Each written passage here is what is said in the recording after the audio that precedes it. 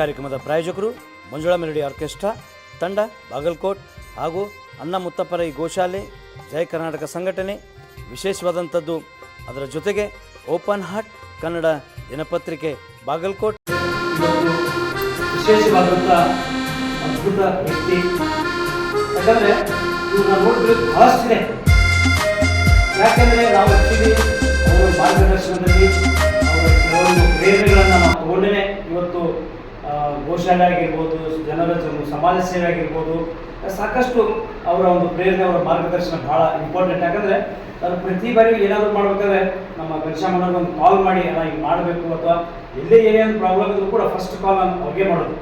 ಯಾಕಂದರೆ ಒಂದು ಸಮಸ್ಯೆಗಳ ಸುರಿಮಳೆಗೆ ಅವರು ಸೀದಾ ಒಂದು ಸೂತ್ರಧಾರಿದ್ದಾಗೆ ಒಂದು ಸೆಕೆಂಡಲ್ಲಿ ಅದನ್ನು ಕಿತ್ತರಿಸುವಂಥ ಒಬ್ಬ ಮಹಾನ್ ವ್ಯಕ್ತಿ. ಅದರಲ್ಲೂ ಕೂಡ ವಿಶೇಷವಾಗಿ ಈ ಬರುವಂಥ ಆಗಸ್ಟ್ 14ನೇ ತಾರೀಕು ರಾತ್ರಿ ಇಲ್ಲಿ ಒಂದಲ್ಲ ಒಂದು, ಯಾಕಂದರೆ ನೋಡ್ರಿ ನಮ್ಮ ಬಾಗಲಕೋಟೆಯ ಬಡ ಜನರು ಬೆಂಗಳೂರಿಗೆ ಹೋಗಿ ಸಿನಿಮಾ ನಟ ನೋಡೋಕ್ಕಾಗಲ್ಲ. ಆ ಒಂದು ಉದ್ದೇಶ ಇಟ್ಕೊಂಡು ಅವ್ರದ್ದು ಯಾವುದೇ ಸ್ವಾರ್ಥ ಇಲ್ಲ ಇದರಲ್ಲಿ. ಬೆಂಗಳೂರಿಂದ ಕಲಾವಿದರು ಕರೆತರೋ ಉದ್ದೇಶ ನಮ್ಮ ಏರಿಯಾದಲ್ಲಿರುವಂಥ ಜನರು ಎಲ್ಲ ಕಲಾವಿದರು ನೋಡಬೇಕು ಮತ್ತು ಈ ಕಾರ್ಯಕ್ರಮ ಸಕ್ಸಸ್ ಆಗಬೇಕು. ಅದರ ಜೊತೆಗೆ ಒಳ್ಳೆ ಹೆಸರು ಮಾಡಿದಂಥ ಅದ್ಭುತ ಕಲಾವಿದರನ್ನೇ ಬರಮಾಡ್ಕೊಳ್ತಾರೆ. ಮತ್ತು ಆ ಕಲಾವಿದರ ವಿಶೇಷತೆ ಏನಂತಂದರೆ ಘನಶ್ಯಾಮಣ್ಣವ್ರು ಒಂದು ಕಾಲ್ ಮಾಡಿದರೆ ಸಾಕು, ಅವರು ಇಮಿಡಿಯೇಟ್ ಆಗಿ ಬರುವಂಥ ವ್ಯಕ್ತಿಗಳನ್ನು ಬುಕ್ ಮಾಡ್ತಾರೆ. ಮತ್ತು ಈ ಬುಕ್ ಮಾಡಿದ್ರೆ ಅಪಾರ್ಥ ಮಾಡ್ಕೋಬೇಡಿ, ಅಂಥವ್ರನ್ನ ಕರೆ ತಂದು ಎಲ್ಲರೂ ಪರಿಚಯಿಸಿ ಒಂದು ಒಳ್ಳೆಯ ಮಾರ್ಗದರ್ಶನ. ಯಾಕಂದರೆ ನೀವು ಕೂಡ ಈ ಥರ ಮಾಡಿರಿ, ನೀವು ಈ ಒಂದು ದಾರಿ ನಡೀರಿ ಅನ್ನೋ ನಿಟ್ಟಿನಲ್ಲಿ ಇವತ್ತೇನು 14ನೇ ತಾರೀಕು ರಾತ್ರಿ ನಮ್ಮ ಚಲನಚಿತ್ರ ದಿಗ್ಗಜ ಅಂತ ಹೇಳ್ಬೋದು ಸಾಹಸಸಿಂಹ ವಿಷ್ಣುಜಿ ಅವರ ಅಳಿಯ ಇವತ್ತು ಅನಿರುದ್ಧ ಅವ್ರನ್ನ ಏನು ಬರಮಾಡ್ಕೊಳ್ತಾ ಇದ್ದಾರೆ. ಅದರ ಜೊತೆಗೆ ಇನ್ನೋರ್ವ ವಿಶೇಷವಾದಂಥ ವ್ಯಕ್ತಿ ಅಂತ ಹೇಳ್ಬೋದು ನಮ್ಮ ಅಶ್ವಥ್ ಸರ್ ಅವರು, ಅವ್ರ ಮಗ ಕೂಡ ಬರ್ತಾ ಇದ್ದಾರೆ. ಅದರ ಜೊತೆಗೆ ಇನ್ನು ಡಾಕ್ಟರ್ ರಾಜ್ಕುಮಾರ್ ಅವರನ್ನು ಎನಿಸಬೇಕು. ಯಾಕಂದರೆ ಕವಿರತ್ನ ಕಾಳಿದಾಸದಲ್ಲಿ ಒಂದು ಒಳ್ಳೆ ಭೋಜರಾಜರ ಪಾತ್ರ ಮಾಡಿದಂಥ ನಮ್ಮ ಶ್ರೀನಿವಾಸ ಮೂರ್ತಿ ಅವರು ಕೂಡ ಒಳ್ಳೆ ವಿಭಿನ್ನವಾದಂಥ ವಿಶಿಷ್ಟವಾದಂಥ ಒಬ್ಬರು ಕಲಾವಿದರು, ಅವ್ರಿಗೂ ಕೂಡ ಬರಮಾಡ್ಕೊಳ್ತಾರೆ. ಅದ್ರ ಜೊತೆಗೆ ಇನ್ನು ಸಾಕಷ್ಟು ಈ ಪೋಸ್ಟರ್ ತಾವು ನೋಡ್ತಾ ಇದ್ದಾರೆ, ಸಾಧನೆಗಿದ್ದಂಥ ಸಾಧಕರನ್ನ ಬರಮಾಡ್ಕೊಳ್ಳೋ ನಿಟ್ಟಿನಲ್ಲಿ ಈ ಒಂದು ವೈಷ್ಣವ ದೇವಿ ಕ್ರಿಯೇಷನ್ಸ್ ಬಾಗಲಕೋಟ್ ಅಷ್ಟೇ ಅಲ್ಲ, ಅದ್ರ ಜೊತೆಗೆ ಚಲನಚಿತ್ರ ಕೂಡ ನಿರ್ಮಾಣ ಮಾಡಿ ಆ ಚಲನಚಿತ್ರ ವಾಣಿಜ್ಯ ಮಂಡಳಿಗೆ ನಮ್ಮ ಉತ್ತರ ಕರ್ನಾಟಕದ ಎಕ್ಸಾಂಪಲ್ ನಂದೇ ಒಂದು ಕಥೆ ಹೇಳ್ತೀನಿ ನಿಮಗೆ. ನಮ್ಮ 90 ಬಿಡಿ ಮನೆಗೆ ನಡಿ ಸಿನಿಮಾ ಮತ್ತು ಬಿಡಲಾರಿ ಎಂದಿನ ಸಿನಿಮಾಗೆ ಸಬ್ಸಿಡಿ ಬರಬೇಕಾಗಿತ್ತು. ಆ ಸಬ್ಸಿಡಿಗೂ ಕೂಡ ನಾನು ಕಾಲ್ ಮಾಡಿದಾಗ ಆ ಸಬ್ಸಿಡಿ ಭಾಳ ಈಸಿಯಾಗಿ, ಅಂದರೆ ನಮ್ಮ ಉತ್ತರ ಕರ್ನಾಟಕದಕ್ಕೋಸ್ಕರ ಸಾಕಷ್ಟು ಶ್ರಮ ಪಡುವಂಥವ್ರು. ಮತ್ತು ಒಂದು ಹೇಳ್ಬೇಕಂದ್ರೆ ಇವರು ಒಳ್ಳೆಯ ಪ್ರಾಣಿ ಪ್ರಿಯರು. ಈ ಪ್ರಾಣಿ ಪ್ರಿಯರು ಹೇಗೆ ಅಂತಂದರೆ, ನಾವೆಲ್ಲ ನಾಯಿಗಳು ಬಂದರೆ ಕಲುಗಿತೀವಿ, ನಾಯಿಗಳು ಬಂದರೆ ಓಡಿಸ್ತೀವಿ. ಬಟ್ ಅವ್ರು ಬಂದರೆ ಎಲ್ಲ ನಾಯಿಗಳು ಅವ್ರ ಹತ್ರ ಬಂದು ದಿನ ಬೆಳಗ್ಗೆ ಮತ್ತು ಸಾಯಂಕಾಲ 2 ಟೈಮ್ ಅವ್ರಿಗೆ ಒಂದು ಊಟ ಭೋಜನ ವ್ಯವಸ್ಥೆ ಅದು ಎಲ್ಲೆಲ್ಲಿ ಅಂದರೆ ಏರಿಯಾಗಳಿದೆ, ಆ ಏರಿಯಾಗಳಿಗೆ ಹೋಗಿ ಅವರೇ ಸ್ವತಃ ಆ ಒಂದು ಭೋಜನವನ್ನು ಅವ್ರಿಗೆ ನೀಡಿ ನೋಡಿ. ಅವ್ರ ಗಾಡಿ ಹೋದರೆ ಸಾಕು, ಸ್ಮೆಲ್ಲಿಂದ ಎಲ್ಲ ನಾಯಿಗಳು ಓಡಿ ಬರ್ತವೆ. ಅಂಥ ಒಂದು ವಿಶೇಷವಾದ ಈ ಒಂದು 4 ಪೋಸ್ಟ್ಗಳು ದಯವಿಟ್ಟು ನಾವು ಬಿಡುಗಡೆ ಮಾಡೋಣ. ದಯವಿಟ್ಟು ಈ 4 ಪೋಸ್ಟ್ ಅಂದರೆ 77ನೇ ಸ್ವತಂತ್ರದ ಈ ಒಂದು ವಿಶೇಷವಾದಂಥ ಒಂದು ಕಾರ್ಯಕ್ರಮ ಅಂತ ಹೇಳ್ಬೋದು. 34ನೇ ಸೆಕ್ಟ್ರು, ಆ ಒಂದು ಸೆಕ್ಟ್ರಲ್ಲಿ ಕಾರ್ಯಕ್ರಮ ರಾತ್ರಿ ಒಂದು 8 ಗಂಟೆಗೆ ಸ್ಟಾರ್ಟ್ ಆಗಿ 12 ಗಂಟೆ ಒಂದು ಧ್ವಜಾರೋಹಣ ಮಾಡುವ ನಿಟ್ಟಿನಲ್ಲಿ ಈಗ ಉತ್ತಮವಾಗಿ ನಮ್ಮ ಒಂದು ಕಾರ್ಯನಿರತ ಪತ್ರಕರ್ತರ ಧ್ವನಿ ಸಂಘಟನೆಗೆ ಇವತ್ತು ನಾವು ವಿಶೇಷವಾಗಿ ಬರಮಾಡಿಕೊಂಡು, ಯಾಕಂದರೆ ಅವ್ರನ್ನ ಯಾರು ಬರಮಾಡ್ಕೋಬೇಕು ಅಂತಂದರೆ ಅವರು ಆಧ್ಯಾತ್ಮ ಜೀವಿ. ಎಲ್ಲಿ ಆಧ್ಯಾತ್ಮ ಇರುತ್ತೆ ಅಲ್ಲಿ ದೇವರು ನೆಲೆಸಿರ್ತಾನೆ ಅನ್ನೋ ನಿಟ್ಟಿನಲ್ಲಿ ಈ ಒಂದು ಪ್ರಥಮವಾಗಿ ಈ ಒಂದು ಪತ್ರಿಕಾ ಭವನಕ್ಕೆ ಅವ್ರನ್ನ ಬರಮಾಡಿಕೊಂಡು ನಮ್ಮ ಪತ್ರಿಕಾ ಭವನ ಇವತ್ತಿಂದ ಒಂದು ಒಳ್ಳೆ ರೀತಿ ನಡೀಲಿ. ಯಾಕಂದರೆ ಸ್ವಚ್ಛ ಮನುಷ್ಯನವರು ಯಾರ್ಯಾಗಿರ್ಬೋದು, ಯಾಕಂದರೆ ಭಾಳಷ್ಟು ಜನ ಅವ್ರು ಬೇಕು ಇವ್ರು ಬೇಕಂತಾರೆ, ಬಟ್ ಹಂಗಲ್ಲ. ಸ್ವಚ್ಛ ಮನುಷ್ಯರು ಯಾವುದೇ ಮನುಷ್ಯ ಇದ್ರೂ ಕೂಡ ಅವರು ದೇವತಾ ಮನುಷ್ಯ ಅಂತ ಅನ್ನೋ ನಿಟ್ಟಿನಲ್ಲಿ ಇವತ್ತು ಪತ್ರಿಕಾ ಭವನದ ಪ್ರಥಮ ಒಂದು ಪತ್ರಿಕಾಗೋಷ್ಠಿಗೆ ನಾವು ಬರಮಾಡ್ಕೊಂಡಿದ್ವಿ. ಅದು ಕೂಡ ಪ್ರಥಮ ಒಂದು ಪತ್ರಿಕಾಗೋಷ್ಠಿ ಕೂಡ 77ನೇ ಸ್ವಾತಂತ್ರ್ಯೋತ್ಸವದ ಒಂದು ಧ್ವಜಾರೋಹಣದ ನೋಡ್ರಿ ಸ್ವತಂತ್ರ ನಮಗೂ ಸಿಕ್ತು ಅನ್ನೋ ನಿಟ್ಟಿನಲ್ಲಿ ಆ್ಯಕ್ಚುಲಿ ಭಾಳ ಖುಷಿ ಆಗುತ್ತೆ. ಹಾಗಾಗಿ ನಮ್ಮ ಘನಶ್ಯಾಮಣ್ಣವರು ಈ ಪತ್ರಿಕಾ ಭವನ ಕುರಿತು ಅವರು ಈ ಕಾರ್ಯಕ್ರಮ ಕುರಿತು ಎರಡು ಮಾತಾಡ್ತಾರೆ.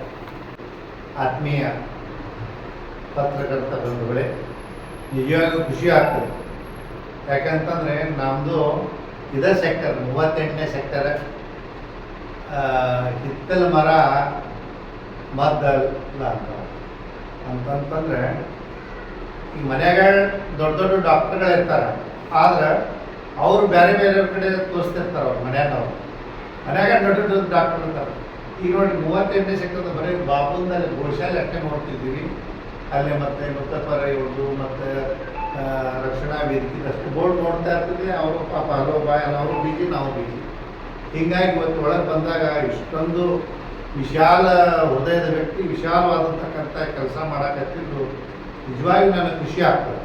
ಯಾಕಂದರೆ ಬಾಬು ಪಾಪ ನಿನ್ನೆ ಫೋನ್ ಮಾಡಿದ್ದು 10 ಗಂಟೆಗೆ ಬರ್ರಿ ಅಂತ. ನಂದು 10 ನಿಮಿಷ ಲೇಟ್ ಆಯಿತು. ಆದರೂ ಮತ್ತೆ ಫೋನ್ ಮಾಡಿದ್ರು, ಬರ್ತಾ ಇದ್ರೆ ನಾನು ಇಲ್ಲಿ ಫಸ್ಟ್ ನಿಮ್ಮ ಕಡೆಯಿಂದ ಬಂದು ಹೋಗ್ತೀನಿ ಅಂತ.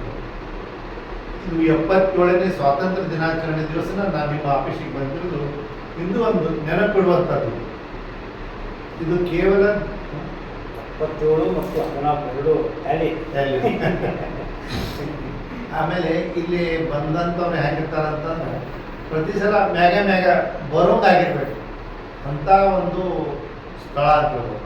ಈಗ ಬಾಬು ಅವರು ಗೋಶಾಲೆ ಎಷ್ಟು ದಿವಸದಿಂದ ಮಾಡ್ಕೊಂಡು ಬರ್ತಿರ್ತಾರೆ. ಮತ್ತು ಒಂದು ಒಳ್ಳೆ ಕೆಲಸ ಮಾಡುವಂದಾಗ ಅವೆಲ್ಲ ಏನೇನೋ ಬರ್ತಿರ್ತಾವೆ, ಅದನ್ನು ಹಿಮ್ಮೆಟ್ಟಿಸುವುದು ಮತ್ತು ಎದುರಿಸುವ ಶಕ್ತಿ ನಮಗೆ ದೇವ್ರು ಕೊಡಲಿ ಅಂತ ನಾವು ಅಷ್ಟೇ ನಾವು ಬಿಡ್ಕೊಳ್ಬೋದು.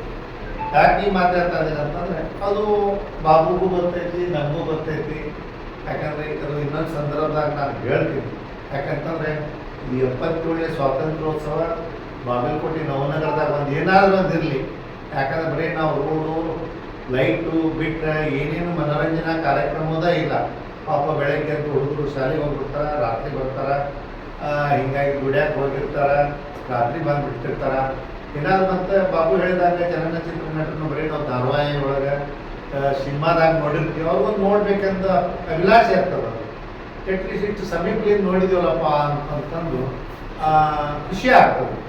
ಒಂದು ನಮ್ಮ ಎಷ್ಟೋ ಜನ ಬಾಗಲಕೋಟೆ ಎಲ್ಲೈತಿ ಅಂತ ಕೇಳ್ತಾರೆ ಬೆಂಗಳೂರಿನಲ್ಲಿ. ಅದಕ್ಕೆ ಬಾಗಲಕೋಟೆ ಎಲ್ಲೈತಿ ಅಂತ ತೋರ್ಸಕ್ಕೆ ಒಂದು. ಎರಡನೇದು ದೇಶದ ಅಭಿಮಾನ ಎಲ್ಲರಲ್ಲೂ ಬೇಕು. ಯಾಕಂತಂದರೆ ಇಲ್ಲಿ ಪ್ರತಿಯೊಬ್ಬರು ಅತ್ಯಂತ ಉತ್ಸಾಹದಿಂದ ಪಾಲ್ಗೊಳ್ತಾ ಇದ್ದಾರೆ. ಕಳೆದ 30 ವರ್ಷಗಳಿಂದ ನಾವು ಈ ಒಂದು ಮಧ್ಯರಾತ್ರಿ ಧ್ವಜಾರಣೆ ಮಾಡ್ತಾ ಇದ್ದೀವಿ. ವಿಶೇಷವಾದ ವ್ಯಕ್ತಿಗಳನ್ನು ಕರೆಸಿರ್ತೀವಿ. ಅಲ್ಲಿ ಯಾವುದೋ ಒಂದು ಗೊಂದಲಕ್ಕಾಗಲಿ, ಪ್ರಚೋದನ ಭಾಷಣ ಆಗಲಿ, ಯಾವುದೇ ಥರದಲ್ಲಿ ಇರುವುದಿಲ್ಲ. ಅಲ್ಲೇ ಪ್ರತಿಯೊಬ್ಬರಿಗೂ ದೇಶದ ಬಗ್ಗೆ ಒಂದು ಮೈತುಂಬಿ ನಾನು ಕೂಡ ದೇಶದ ರಕ್ಷಣೆ ಮಾಡಬೇಕು, ಸಾಮಾಜಿಕ ಕೆಲಸ ಮಾಡಬೇಕು, ನನಗಂತರ ದೇಶಕ್ಕೆ ಕಾಯಕ್ಕೆ ಒಂದು ಅವಕಾಶ ಕೊಡಲಿಲ್ಲ ದೇವರು. ಅಟ್ಲೀಸ್ಟ್ ನಾವು ನಮ್ಮ ಏರಿಯಾದಾಗ ನಮ್ಮ ಊರಾಗ ನಾವು ಒಂಥರ ಸೈನಿಕರೇ ಅಂತಂದ್ರೆ ಬರೀ ಗಡಿಭಾಗ ಕಾಯುವಂಥದ್ದಲ್ಲ. ಇಲ್ಲಿ ಏನಾರ ಅನ್ಯಾಯ ಆದಾಗ ಅದರ ವಿರುದ್ಧ ಹೋರಾಟ ಮಾಡೋದು ಅದೊಂಥರ ನಾವು ಕೂಡ ಒಂದು ಸೈನಿಕರಿದ್ದಾಗ. ಹೀಗಾಗಿ 77ನೇ ಸ್ವಾತಂತ್ರ್ಯೋತ್ಸವ ನವನಗರದ 34ನೇ ಸೆಕ್ಟರ್ GS ಗುಡಿ ಹತ್ರ ಭಾಳ ವಿಜೃಂಭಣೆಯಿಂದ ಪ್ರತಿ ವರ್ಷವೂ ಕೂಡ ನಡೀತಾ ಇದೆ. ಆ ಹಬ್ಬವನ್ನು ನೋಡಲಿಕ್ಕೆ ಬರೀ ಬಾಗಲಕೋಟೆ ನವನಗರ ವಿದ್ಯಾಲಯ ಅಲ್ಲ, ಬೇರೆ ಬೇರೆ ಊರಿಂದ ಬರ್ತಾ ಇದ್ದಾರೆ ಜನ. ಇಲ್ಕಲ್ಲಿಂದ, ಹೊರಗೂರಿನಿಂದ, ಬೇಲೂರಿನಿಂದ. ನಂಬೋದು ಬಿಡ್ಬೋದು, ನಾಳೆ ನಿಮ್ದು ಕ್ರೌಡ್ ನೋಡಿದ್ರೆ ನಿಮಗೆಲ್ಲ ಗೊತ್ತಾಗ್ತದೆ.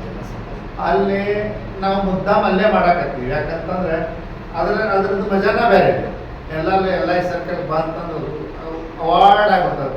ಅಲ್ಲಿ ಅವಪ್ಪ ಹಿಂಗೆ ನಿಂತೇನು ಮಾಡ್ತಾನೆ, ಅಲ್ಲಿ ಇನ್ನೊಬ್ಬ ಹಿಂಗೆ ಆ ಸಂಧಿ ಒಂದು ಡೆಲ್ಲಿಯೊಳಗೆ ಸಂಧಿ, ಬಾಂಬೆಯೊಳಗೆ ಸಂಧಿ ಇರ್ತಾವ್ರಿ. ಹಿಂಗೆ ಉದ್ದಕ್ಕೆ ಅದ್ರದ್ದೊಂದು ಖುಷಿನ ಬೇರೆ ಅದು. ಹೀಗಾಗಿ ಒಂದು ಬಾಗಲಕೋಟೆ ಎಲ್ಲೈತೆ ಅನ್ನೋದು ತೋರ್ಸಾಕಾಯ್ತು, ನಮ್ಮ ಧ್ವಜದಾಯಿತು. ಅದಿಂಥ ಒಂದು ಅದ್ಭುತವಾದಂಥ ಕಾರ್ಯಕ್ರಮಕ್ಕೆ ನಮ್ಮ ಅಧ್ಯಕ್ಷತೆಯನ್ನು PH ಪೂಜಾರಿ ಸಾಹೇಬರು, ವಿಧಾನ ಪರಿಷತ್ ಸದಸ್ಯರು, ಅವರು ಅಧ್ಯಕ್ಷತೆಯನ್ನು ವಹಿಸ್ತಾ ಇದ್ದಾರೆ. ರಾಜ್ಯಸಭಾ ಸದಸ್ಯರಾದಂತಕ್ಕಂಥ ನಾರಾಯಣ ಸಾಬ್ ಹಾಂಡಿಗೆ ಅವರು ಧ್ವಜಾರಣೆಯನ್ನು ಮಾಡ್ತಾ ಇದ್ದಾರೆ. ಜೊತೆಗೆ ನಮ್ಮ ಬಾಬು ಅವರು ಹೇಳಿದಾಗೆ ಒಂದು ಜೊತೆಯಲ್ಲಿ ನಮ್ಮ ಅನಿರುದ್ಧ ಅವರು, ನಾನು ಬರೀ ವಿಷ್ಣುವರ್ಧನ್ ಅವರ ಹಳೆಯ ಜೊತೆ ತಿಳ್ಕೊಂಡಿದ್ದೆ. ಅವರು ಒಂದು ಬಯೋಡೇಟಾ ಕಳ್ಸ್ಯಾರ, ಆ ಬಾಬುಗೊಂದು ಕೊಡ್ತೀನಿ. ಭಾಳ ಅದ್ಭುತ ಅದ. 16 ಪುಟ ಕಳ್ಸ್ಯಾರ.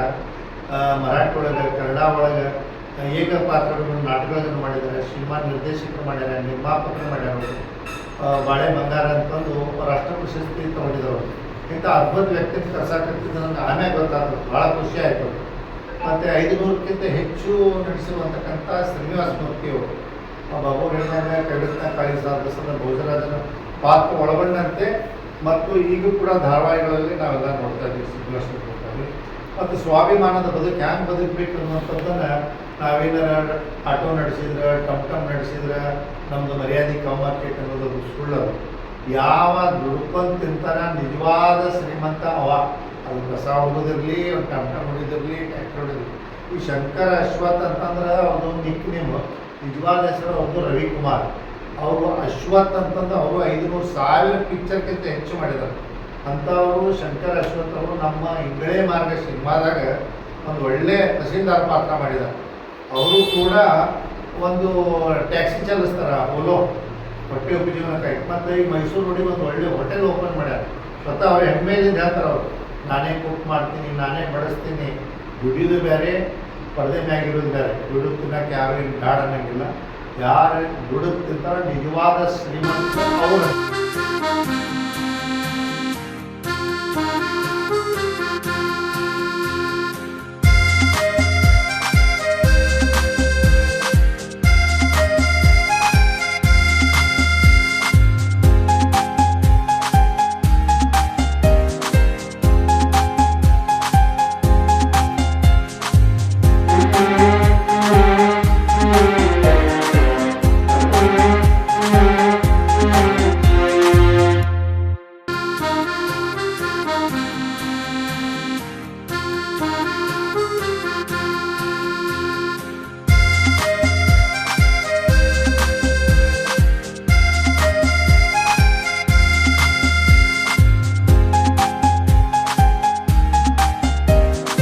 ಈ ಕಾರ್ಯಕ್ರಮದ ಪ್ರಾಯೋಜಕರು ಮಂಜುಳಾ ಮೆಲೋಡಿಸ್ ಆರ್ಕೆಸ್ಟ್ರಾ ತಂಡ ಬಾಗಲಕೋಟೆ ಹಾಗೂ ಸರ್ವಶ್ರೇಷ್ಠ ಕ್ರಿಯೇಷನ್ಸ್ ಸಾಂಸ್ಕೃತಿಕ ಸಂಸ್ಥೆ ಅಣ್ಣ ಮುತ್ತಪ್ಪರೈ ಗೋಶಾಲೆ ಹಾಗೂ ಜಯ ಕರ್ನಾಟಕ ಸಂಘಟನೆ ಬಾಗಲಕೋಟೆ, ಓಪನ್ ಹಾರ್ಟ್ ಕನ್ನಡ ದಿನಪತ್ರಿಕೆ ಬಾಗಲಕೋಟೆ.